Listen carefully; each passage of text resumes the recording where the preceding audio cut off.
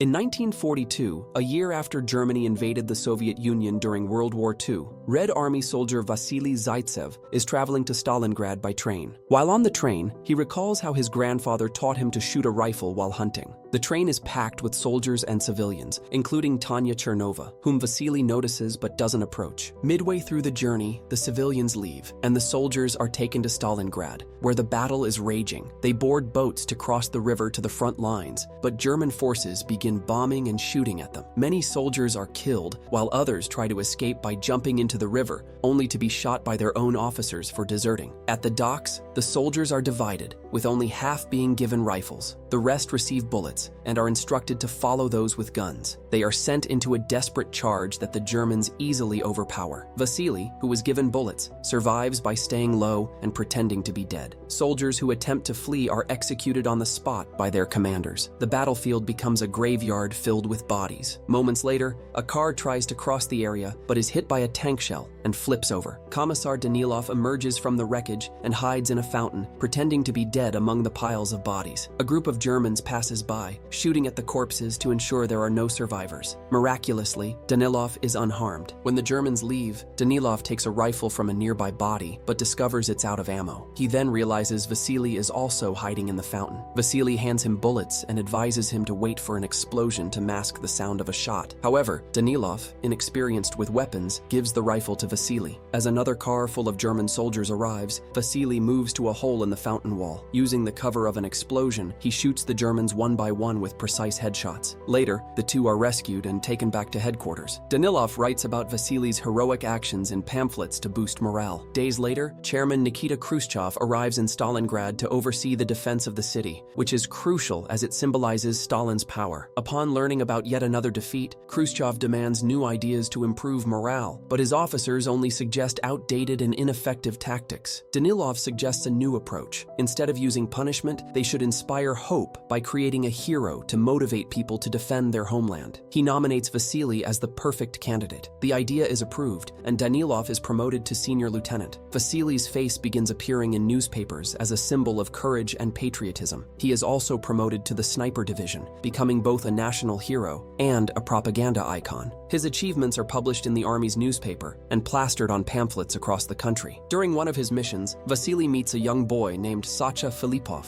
who admires him greatly. Sacha invites him to his modest home, where his mother, Mrs. Filipov, prepares dinner to thank Vasily for his service. While they are eating, Danilov arrives with letters from Vasily's fans. To maintain the propaganda effort, Danilov has Vasily reply to the letters, helping him with the wording and spelling. Later, Tanya, the girl from the train and a close friend of Sacha, arrives. She has joined the local militia and is fluent in German due to her university studies. Danilov wants to recruit her as an interpreter to decode German communications. At first, Tanya prefers to stay and fight alongside the militia, but she changes her mind when Danilov explains that her linguistic skills could save many lives. He promises to send reinforcements for each person who joins as a German translator. Meanwhile, the Germans are suffering heavy losses from Vasily and his team of snipers. To counter this, they bring in Major Erwin König, a famous marksman and the head of the German Army sniper school. König devises a plan to lure Vasily into a trap instead of chasing him directly. Later, Vasily is awakened by his team to respond to trouble in the department store sector. He spots a shadow in a window and shoots, causing a helmet to fall. Believing they've hit their target, he takes Ludmila with him to investigate. However, the teammate they leave behind is killed as soon as they leave. Inside the department store, Vasily and Ludmila move cautiously, eventually reaching the window. They discover the shadow they saw was a mannequin staged to look like a sniper. Realizing it's a trap, Vasily spots a cigarette butt on the ground and knows their enemy is still nearby, watching them. Vasily decides it's best to stay hidden and think of a proper escape plan. However, as planes start bombing the area, Ludmila panics and runs. This gives König the perfect opportunity to shoot her, though Vasily manages to escape before König can take him down too. König heads back to his hideout, where Sacha, pretending to be just an innocent bystander, cleans his shoes. In reality, Sacha is passing information about Vasily to König in exchange for food, hoping to gain the major's trust and learn more about his plans. Hearing about König's involvement, the Red Army brings in Kulikov, a former student of König, to help Vasily by teaching him how König thinks. Before heading back to the field, Vasily has to attend a special event in his honor. At the party, he greets Tanya, but is soon pulled away by Khrushchev to meet journalists. journalists, answer questions, and pose for photos in front of a giant Stalin painting. Khrushchev points out that Stalin is always watching over the country. Seeing the painting makes Vasily remember the day his grandfather taught him to shoot, a day he failed his first shot, allowing a wolf to attack their horse. A few days later, Vasily, Kulikov, and another sniper team member, Volodya, sneak into an abandoned building where Koenig is rumored to be hiding.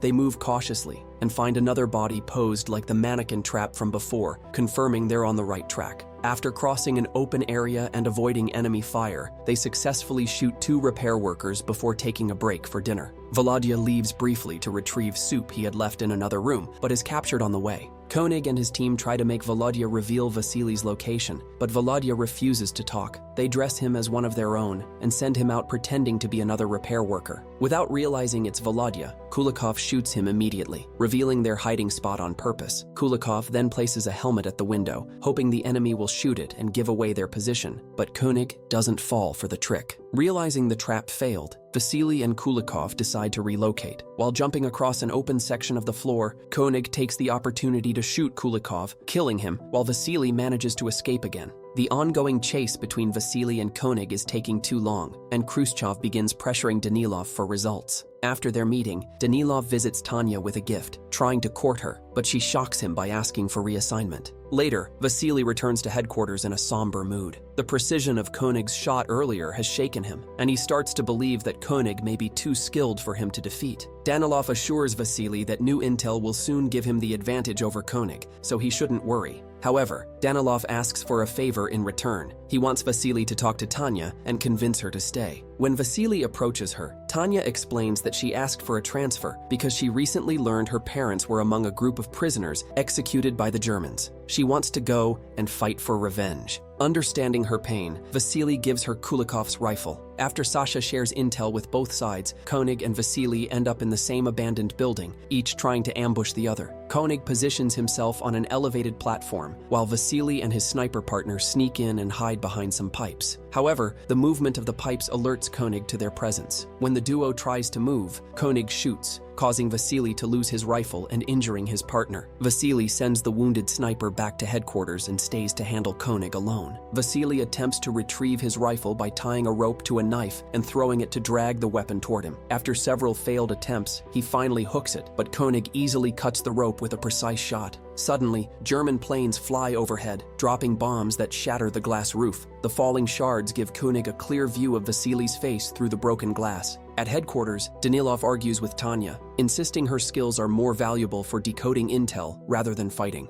Their conversation is interrupted by the injured sniper returning and sharing what happened. Tanya immediately heads out to help Vasily, using the same pipe route. When she arrives, Vasily spots her and tells her to stay put and follow his plan. Using a shard of glass, Vasily observes Koenig's position. He asks Tanya to grab another shard and angle it to reflect light, temporarily blinding Koenig and giving Vasily a chance to recover his rifle. Although Vasily doesn't kill Koenig, he manages to injure his hand. Later, when Vasily and Tanya return to headquarters, they join the other soldiers in celebrating their survival. That night, the two hide under the covers in the communal bedroom and make love. The next morning, Vasily asks Danilov to stop writing about him because the pressure of being a propaganda symbol is too much to bear. He wants to fight as a regular soldier. Danilov refuses and manipulates Vasily by bringing Sacha, who proudly shares how he's been gathering intel from Koenig, reinforcing Vasily's sense of responsibility. With Sacha looking at him with so much hope, Vasily can't bring himself to refuse and lets the boy guide him to the area where Koenig is supposed to be waiting. The ground is littered with bodies, so Vasily hides among them and waits for Koenig to appear. However, he ends up waiting so long that he falls asleep. When Koenig finally spots him from his hiding place, he's ready to take the shot, but stops when a looting soldier suddenly steps between them.